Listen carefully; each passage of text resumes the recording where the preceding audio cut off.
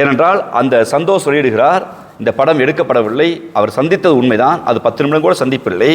அவருடைய தனி மனித ஒழுங்கினத்தால் தமிழீழ விடுதலை புலிகள் மரியாதைக்குரிய சேரலாதன் அவரோடு தொடர்பை துண்டித்தார் எங்கள் செய்தியை வெளியிடுகிறார். கூடவே 6 புகைப்படத்தை நாங்கள் எடுத்தோம். எடுத்தது யார் என்று அவர் சொல்கிறார். அமர்த்திதாஸ் என்கிற ஒருவருடைய பெயரை குறிப்பிட்டு அவரும் நானும் 6 புகைப்படத்தை எடுத்தோம். 4 புகைப்படத்தை அமர்த்திதாஸ் எடுத்தார், 2 புகைப்படத்தை நான் எடுத்தேன் என்று சொல்லியிருக்கிறார்கள். எடுத்தவர்கள் நாங்கள் என்ற ஆதாரத்தை சந்தோஷ் அவர்கள் வெளியிட்டிருக்கிறார். அமர்த்திதாஸ் அவர்களும் பொது வெளியில் சீமானோடு புகைப்படத்தை வெளியிட்டு நாங்கள் தான் அந்த 6 புகைப்படத்தை ஷூட்டிங் ஸ்பாட்டில் எடுத்தோம், எல்லாளன் ஷூட்டிங் ஸ்பாட்டில் எடுத்தோம் என்று அவர் குறிப்பிடுகிறார். எல்லாளனுடைய ஷூட்டிங் ஸ்பாட்டில் நாங்கள் வெளியிட்டோம் என்று அவர்கள் எடுத்தவர்கள் குறிப்பிடுகிறார்கள். ஆனால் தமிழ் சமூகத்தில் சீமான் என்கிற பொய்யர், சீமான் என்கிற தற்குறி, சீமான் என்கிற தமிழ் சமூகத்தின் கேடு மட்டுமல்ல, சீமான் என்கிற இந்த வார்த்தைகளில் வர்ணிக்க முடியாது. அவர் என்ன சொன்னார் என்றால், எங்களை போன்ற இளைஞர்களுக்கு, தமிழ் சமூகத்துக்கு, ஊடக நண்பர்களுக்கு உங்களுக்கு தெரியும், நான் காட்சியில் சண்டைக்களத்தில் இருந்து துப்பாக்கி பிடித்தேன், என் கையை மேதகு பிரபாகரன் பிடித்தார், போராளிகள் பிடித்தார், இப்படி சுடு என்று கதையை சொல்லிக் கொடுத்தார். ஆனால் இன்று அவர் சொல்கிறார்கள், மிகவும் கட்டுக்கோப்பாக இயங்கிய ஒரு இராணுவ இயக்கம் தமிழீழ விடுதலை புலிகள், பயிற்சி பெற்ற தமிழீழ விடுதலை புலிகளை தவிர யாரும் துவக்கை தூக்க முடியாது. வெறும் சினிமா ஷூட்டிங்கில் நான் படம் எடுப்பதற்கு நாங்கள் எடுத்த படத்தை தமிழ் சமூகத்தில் காமித்து, இந்த படம் நான் பயிற்சியில் ஈடுபட்ட படம் என்று ஒரு பொய் சொல்ல முடிந்திருக்கிறது என்றால், இவருடைய அரசியல் வருகையை சந்தேகம் மட்டுமல்ல நாங்கள் குற்றச்சாட்டுகிறோம். தமிழீழ அரசியலை தமிழ்நாட்டிலும் உலகத்திலும் சீமான் மழுங்கெடுக்க செய்திருக்கிறார். எப்படி என்று சொன்னால், 2009 போர் உச்சத்தில் இருந்தபோது சீமான் என்ன செய்து கொண்டிருந்தார் என்கிற கேள்வி இருக்கிறது. நான் கோவை சட்டக்கல்லூரியில் படித்திருந்த போது இதே பல நண்பர்கள் இங்கே இருக்கிற உங்களுக்கெல்லாம் தெரிந்திருக்கும், அவினாஷ் என்கிற ஒரு மூத்த பத்திரிகையாளர், உங்களுடைய ஊடக நண்பர், இறந்து போனவர், தமிழீழ ஆதரவாளர், அவரோடு இயங்கிய பத்திரிகையாளர் நண்பர்களுக்கெல்லாம் தெரியும் தமிழீழ களத்தில் கோவை எவ்வளவு தீவிரமாக இருந்தது என்று. அப்போது எழுத்தாளர் பாமர மூலியமாக எங்களை போன்றோருக்கு அறிவுமான சீமான் போன்றவர்கள் தொடர்ச்சியாக கிடைக்கிற மேடைகளில் ஈழ ஆதரவு பேசினார், எந்த மாற்று கருத்தும் இல்லை.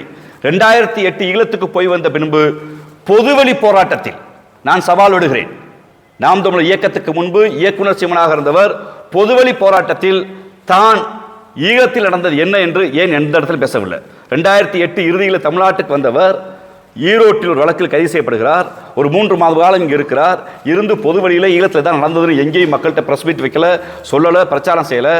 ஈரோட்டில் ஒரு பொதுக்கூட்டத்தில் பேசி கைது செய்யப்பட்ட பின்பு தேசிய பாதுகாப்பு சட்டத்தில் திருவாளர் சீமானும் மரியாதைக்குரிய அண்ணன் குளத்தூர் மணி அவர்களும் மரியாதைக்குரிய மணியரசர் போன்றவர்கள் கைது செய்யப்பட்டு கோவை சிறையில் இருக்கிறார்.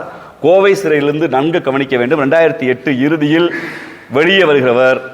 2008 இறுதியில் எங்களை போன்ற மாணவர்கள், அன்று சட்டக்கல்லூரி மாணவர்கள், வழக்கறிஞர்கள், ஏன் ஐஸ்விப்பவர்கள் தொடங்கி திருநங்கைகள் வரை அத்தனை அரசியல் இயக்கமும் ஈழ ஆதரவுக்காக பெருமரியாதைக்கு இந்திய கம்யூனிஸ்ட் கட்சி ஆரம்பித்து வைத்த போராட்டம், தாப்பாண்டியன் அவர்கள் ஆரம்பித்து வைத்த போராட்டம் தமிழ்நாடு முழுக்க பற்றி எறிந்தது.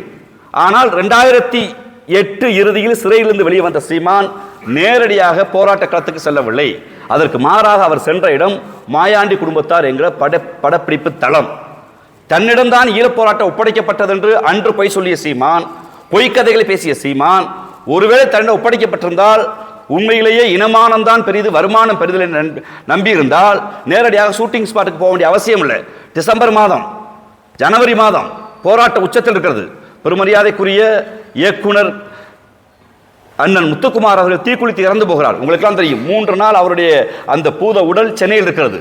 எங்களை போன்ற இளைஞர்கள் முத்துக்குமார் உடலை பாதுகாக்க வேண்டும், அந்த உடலை ஆயுதமாக்கி போராட வேண்டும் என்று நாங்கள் கோரிக்கை வைத்துக் கொண்டிருந்தோம், போராடி கொண்டிருந்தோம். அந்த போராட்டத்தை, அந்த உடலை சுற்றி பெறும் மரியாதைக்குரிய இயக்குனர் ராம் அவர்கள், இயக்குனர் சேரன் அவர்கள், மறைந்த மரியாதைக்குரிய ஐயா வெள்ளையன் போன்றவர்கள் அந்த போராட்ட களத்தில் உட்கார்ந்து போராட்டத்தை வழிநடத்தினார்கள். 1 நாள் 2 நாள் இல்லை, 3ஆவது நாள் அந்த உடலை எடுக்கிற போது உங்கள் எல்லா பத்திரிகையாளர்களுக்கும் ஞாபகப்படுத்த விரும்புகிறேன், ஒரு டை அடித்து ஷூட்டிங்லேருந்து நேரடியாக ஷூட்டிங் ஸ்பாட் வந்துட்டு, அதுவும் நானும் மறைந்த காமராஜர் வழக்கறிஞரும் வலியுறுத்தி கேட்டதால் அவர் சொல்கிற கொச்சை தமிழில் எங்களை கெட்ட வார்த்தை பண்ணிட்டு, கெட்ட வார்த்தையை திட்டிட்டு, நான் அப்போ என் பொழப்ப பார்க்கறது இல்லையாண்டார். ஈழத்தை நேரடியாக பார்த்து பிரபாகரங்களால் வழிகாட்டப்பட்டதை நம்பினால் அந்த நேரத்தில் சாமானியனை தெருவில் இறங்கி போராடிய போது ஈழத்திற்கு வழிகாட்டும் என்று சொன்ன நீங்கள் மாயாண்டி குடும்பத்தார் படத்தில் இருக்க முடியாது. முத்துக்குமார் இறந்த பிறகு பள்ளப்பட்டி ரவி தொடங்கி ஏறத்தாழ 17 பேர் தீக்குளித்தார்கள். அந்த 17 பேர் தீக்குளித்த போதும் ஜனவரி மாதம், பிப்ரவரி மாதம், மார்ச் மாதம், அந்த 3 மாதத்தில் திருவாளர் சீமான் எங்கிருந்தார் என்று அந்த கேள்வியை வைக்க விரும்புகிறேன்.